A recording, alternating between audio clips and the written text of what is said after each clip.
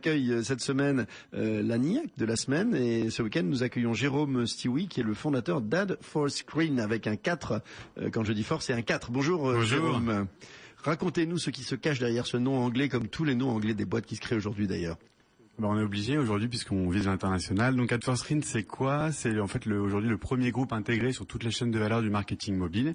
Donc on aide en fait les marques, les éditeurs, les annonceurs à prendre position sur l'internet mobile. Oui. Donc l'internet mobile, c'est quoi? C'est en fait cette capacité qu'on a de se connecter à l'internet depuis des smartphones et des tablettes. Et aujourd'hui, ça passe par des nouvelles modes de présence, donc des applications dont on reparlera probablement, des sites mobiles, de la publicité mobile, et puis derrière des stratégies qui vont consister à aider les annonceurs à acquérir des nouveaux consommateurs, des nouveaux clients via ces modes-là, les fidéliser. Et puis pour ceux qui ont des modèles publicitaires, je pense notamment aux éditeurs dans le domaine des médias, à monétiser leurs audiences mobiles avec à la fois du conseil, des services, mais également des technologies propriétaires qu'on développe avec une équipe d'ingénieurs qui représente à peu près la moitié de notre staff. On est une petite centaine de personnes chez Ad4Screen. On travaille pour près de 125 clients dans tous les secteurs d'activité, l'automobile avec des gens comme Renault, les jeux vidéo, l'immobilier avec des gens comme Logic Immo, des éditeurs type Page Jaune. Je pourrais en citer beaucoup. Ah, vous êtes formidable parce que vous faites le pitch, il peut rien vous demander, vous avez tout dit, le salarié, les noms de salariés, formidable. Non, allez, on va revenir sur vous. Vous en êtes le fondateur? Tout à fait, je suis un des cofondateurs. En fait, on est une équipe. Créé quand? Alors, ça a été créé en 2010. Il y a peu de temps, 100 personnes dans ce business en 2 ans à peine. Tout à fait. Alors, on a une petite histoire avant. Alors, effectivement, c'est pas ma première entreprise. C'est ma deuxième entreprise dans le domaine des nouvelles technologies. Il y a une dizaine d'années, avec la même équipe de cofondateurs, j'avais créé une société qui s'appelait Directinet. On avait, il y a 10 ans, vu l'émergence d'Internet comme un nouveau média. Et Directinet était spécialisé sur tout ce qu'on appelle le marketing direct en ligne. Donc, comment utiliser le média email pour toucher des consommateurs. Société que vous avez quoi, revendue? Alors c'était que j'ai développé, que j'ai effectivement revendu à un groupe anglais, que j'ai accompagné pendant 2 ans et demi. Service après-vente classique. Voilà, et ça a été un gros succès puisque c'est devenu la première agence d'email marketing en France. On a formé le leader européen en étant racheté par un acteur anglais. Et ensuite, avec la même équipe de cofondateurs, après une dizaine d'années à développer cette société, on a décidé de remonter un groupe voyant l'émergence de l'internet mobile, qui est la vraie révolution en cours dans le domaine de l'internet, puisque aujourd'hui on a près d'un internaute sur 2 qui est mobinaute, près de 20 millions de mobinautes en France, et on estime, toutes les études, tous les analystes, tout va passer par là, d'ici 2 à 3 ans, la majorité du trafic de l'internet viendra des terminaux mobiles et non plus des PC. Et quand on dit mobile, on dit bien tablette et smartphone. Tout à fait, tablette et smartphone. Philippe Flamand. J'ai le sentiment qu'il y a énormément d'acteurs sur ce secteur qui se sont créés depuis 2-3 ans. Alors, vous avez raison, et c'était une des raisons pour laquelle on a monté Ad4Screen, c'est que sur un marché qui, pour l'instant, est relativement émergent d'un point de vue valeur, il est très présent en termes d'audience et d'usage, mais pour l'instant, il y a un gros travail de pédagogie auprès des annonceurs, des éditeurs, pour en fait qu'ils puissent investiguer ce territoire qui est nouveau pour eux et sur lequel ils se posent beaucoup de questions. Il y avait beaucoup de sociétés, en fait, beaucoup de petites sociétés, de petits acteurs, pas forcément capitalisés avec les moyens pour développer des technologies propriétaires, et pas forcément avec l'envergure pour pouvoir se développer à l'international. C'est justement l'ambition d'Ad4Screen. Vous disiez, on a pris un nom anglais parce qu'on veut être internationaux à la fois. À nouveau, j'allais dire, puisque vous l'avez été dans votre première aventure. Alors en fait, pour être précis, dans la première aventure, finalement, c'est un peu l'histoire classique de l'entreprise. C'est le rachat qui l'a rendu international. Voilà, une boîte française qui réussit en France et qui se fait racheter par un acteur étranger. Là, il y a une vocation internationale. Voilà, là, cette petite frustration qu'on a eue finalement de dire, on a été racheté et on aurait peut-être pu nous-mêmes consolider cette industrie au niveau européen. Cette fois, sur Ad4Screen, on s'est fixé comme objectif de croître par croissance organique, mais également par développement externe, en fédérant des entrepreneurs de plus petite taille et en leur donnant la possibilité de croître au sein d'un groupe. D'où cette logique de groupe. Et donc, on a fait 2 opérations de croissance externe avec des entrepreneurs qui avaient créé leur société avec une dizaine de personnes et qui n'avaient pas forcément les moyens d'accélérer. Donc 2 sociétés, donc une qui s'appelle Be My App, qui est spécialisée sur la partie publicité mobile, une régie publicitaire mobile, et une autre société qui s'appelle Système Polaire, qui est une société qui aide à développer des sites et des applications mobiles pour le compte d'annonceurs et éditeurs. Alors on va Philippe, non, on va revenir, Jérôme Stiwi, sur Ad4Screen, mais j'aimerais marquer un petit retour vers notre invité du week-end, Gérard Friès, directeur général du groupe Descamps, parce que on n'a pas du tout évoqué, je m'en aperçois en évoquant Ad4Screen, les nouvelles technologies et la façon dont ça impacte aujourd'hui ou pas d'ailleurs, à la fois l'activité du textile, mais sa distribution, sa notoriété, le bouche à oreille, comment est-ce qu'on utilise ces nouveaux médias quand on est un relanceur d'une entreprise dans le métier textile, qui est un métier ancien, et que tout d'un coup on y met de la techno. Alors déjà, dans sa façon d'être ancien, c'est-à-dire la vente par correspondance, ça a toujours été un très gros vecteur de chiffre d'affaires de ce métier-là. Et donc la vente à distance s'est déjà mise à Internet depuis quand même quelques temps. Ce qui veut dire que le groupe Descamps, quand vous êtes arrivé, par exemple, avait un site marchand? Enfin, il y en avait un qui ne marchait pas. Un site marchand qui ne marchait pas. Qui vivait pas ou quasiment pas. Et donc, dès le premier mois ou deuxième mois de la reprise, on a entamé, puisque je suis proche de mes amis de vente privée, Jacques-Antoine Ganjon et Julien Sorbach, Michael Benabou, on a décidé immédiatement avec eux de voir comment monter notre site. Parce qu'ils avaient un vrai savoir-faire là-dessus. Voilà. Et ils ont lancé effectivement une société qui s'appelle Digital Commerce Factory, qui est destinée avec Catherine. Et donc c'est avec elle qu'on a monté le site depuis un an, qui va ouvrir le mois prochain. Là, voilà.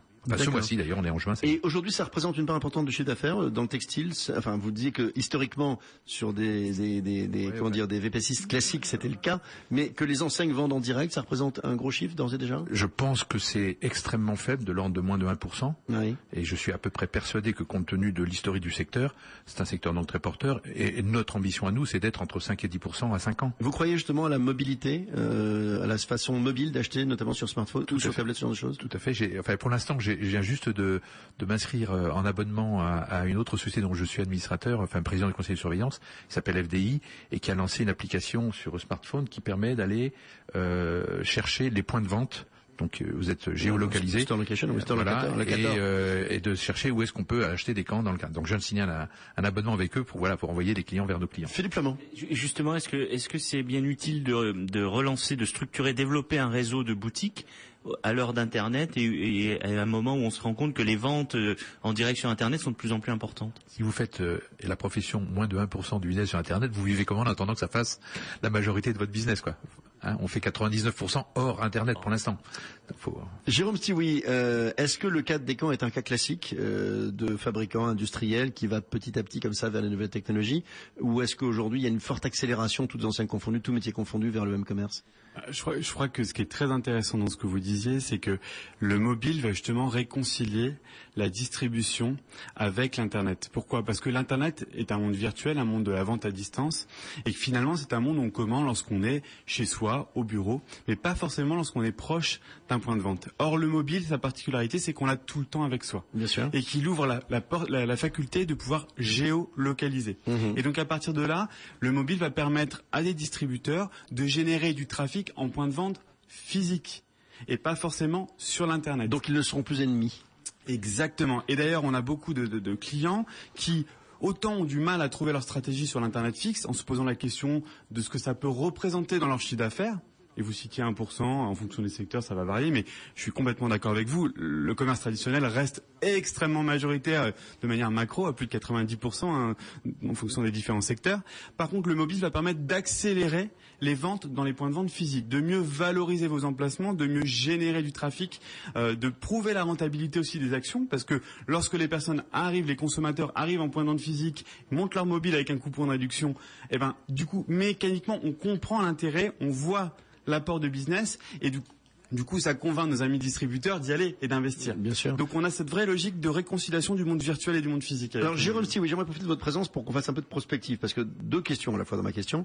La première, c'est comment une entreprise comme la vôtre, sans salariés, reste en veille permanente. Ce qui me frappe, c'est l'accélération permanente de la techno, l'apparition tous les 6 mois d'une technologie qui change peut-être pas le monde, mais la façon d'accéder à l'info. On connaissait pas les QR codes il y a 2 ans, tout d'un coup, on arrive dans un magasin en Corée, sur un quai de métro, à faire tout son shopping alimentaire qui vous sera livré le soir, etc. Donc, il y a une espèce de révolution permanente. Comment on fait de la veille et qu'est-ce qui nous attend? Parce que là, ça y est, QR code, on connaît, les trucs, le couponing, on connaît. C'est quoi les prochaines grandes révolutions qui nous attendent et que vous allez proposer à vos clients? Alors, le premier point pour faire de l'innovation, c'est déjà d'avoir les moyens de le faire. Si on a été si vite, c'est parce qu'on a eu la capacité à lever des fonds importants et d'investir.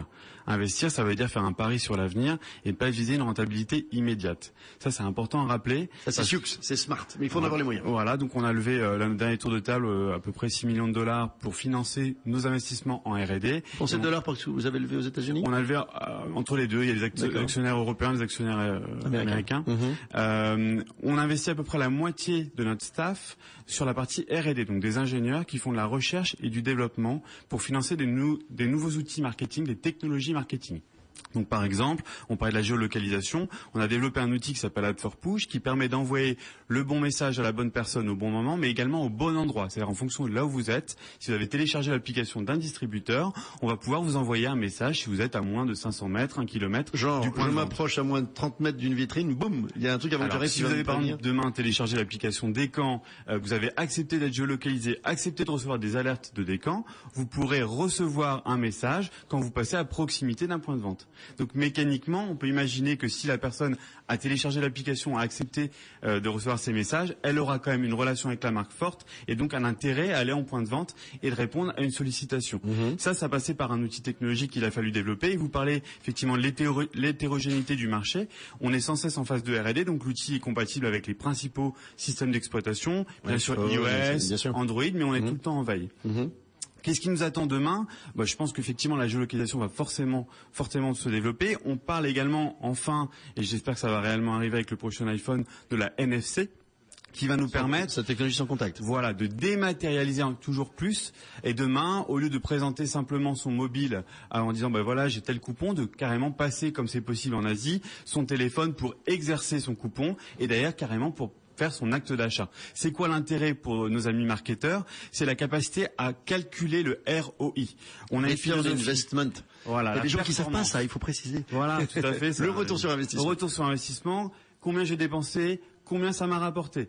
J'ai fait tant de budget de dépenses marketing. J'ai eu tant de visites en point de vente, tant d'actes d'achat, tant de chiffre d'affaires, et donc c'est rentable ou ça ne l'est pas. Et donc ça va pouvoir permettre finalement de convaincre nos annonceurs plus vite d'investiguer ce nouveau territoire qu'est le mobile, qui a des potentialités énormes dans les mois et les années à venir. Dernière question, réponse très courte. On n'arrête pas de nous annoncer que la prochaine grande rupture d'Apple sera la télé connectée, la fameuse iTV.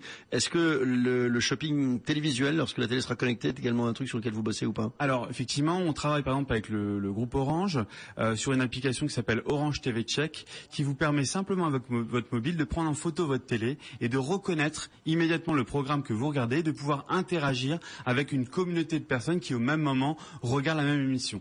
Vous avez peut-être entendu parler de l'initiative qui a été mise en place récemment par TF1, qui permet finalement d'écouter une campagne télé, un spot télé, et de bénéficier de promotions en rapport avec ce spot. Donc on est capable aujourd'hui de créer des interactions multicanales grâce au mobile parce que c'est le terminal qu'on a tout le temps avec soi à proximité. Bien, je ne sais pas s'il faut se réjouir ou s'inquiéter, tout ce qui nous attend.